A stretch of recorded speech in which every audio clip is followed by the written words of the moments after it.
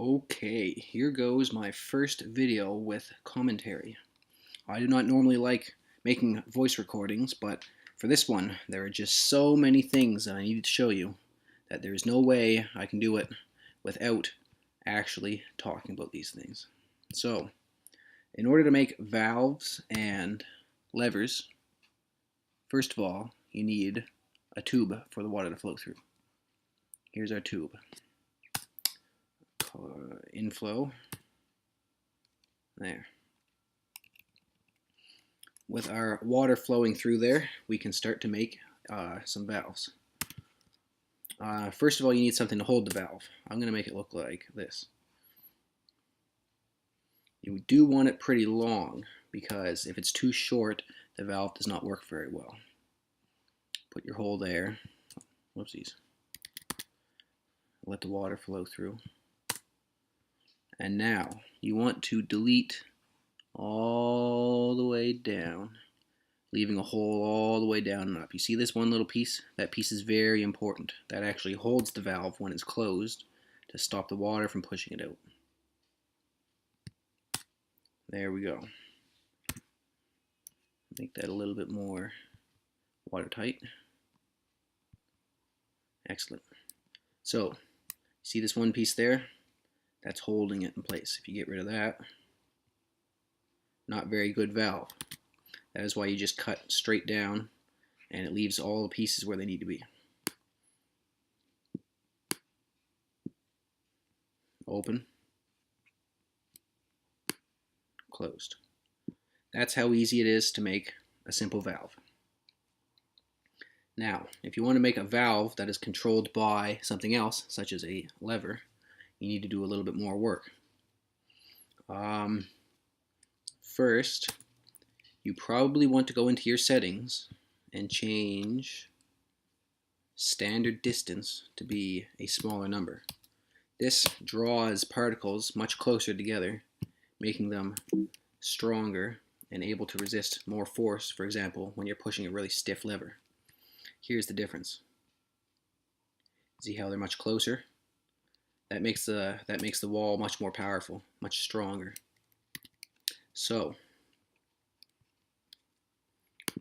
open up a little hole inside, whoopsies, a little hole in the rigid, because this is where the valve will connect to. Make sure that there's an open space that leads out, because the way that we connect the valve requires that you have an open space. And after that's done, you want to line the whole outside with this stronger rigid. This will let us make a more powerful lever to push the valve. Next step, you need to create the valve. This is the part where the valve moves around. The lever moves around. This part holds the ball that does the pushing. This long part is the handle. Put a little hole in this one.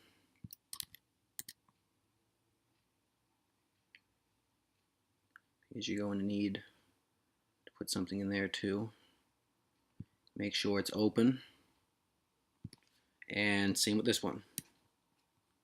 If you want to create perfect circles, you can go into your settings and change the line width variable to be any size you want. For example, 15 will create a pretty large size circle. Oh, too big. How about 10?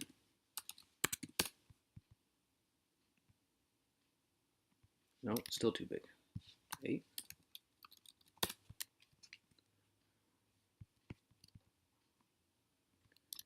What in the world? Oh, might help if I was changing the right variable. There, perfect circle. Now, change it back to something small again.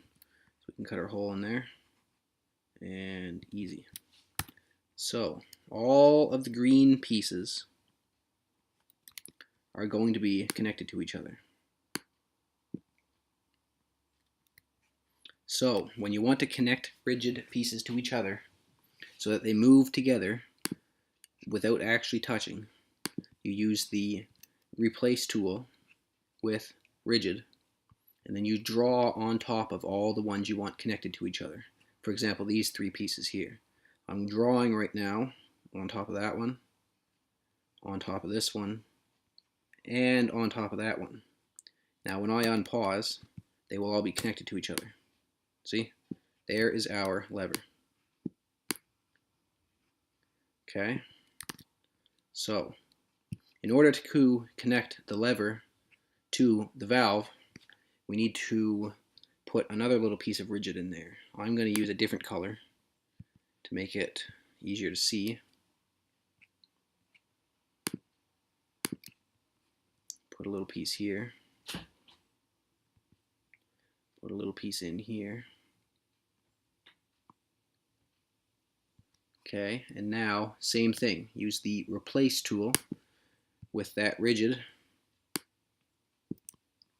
and draw on top of both of them one piece all the way up to the second piece. Now you see why I left holes in the wall, so that way I can draw on top of these parts without also touching the wall here. I'm going to need to fill this one in a little bit so the ball doesn't pop out. Make it work a little bit better. Replace tool again. Draw on top of both of these new pieces. Make sure that they're connected. When I unpause, this valve should work. There we go. Open.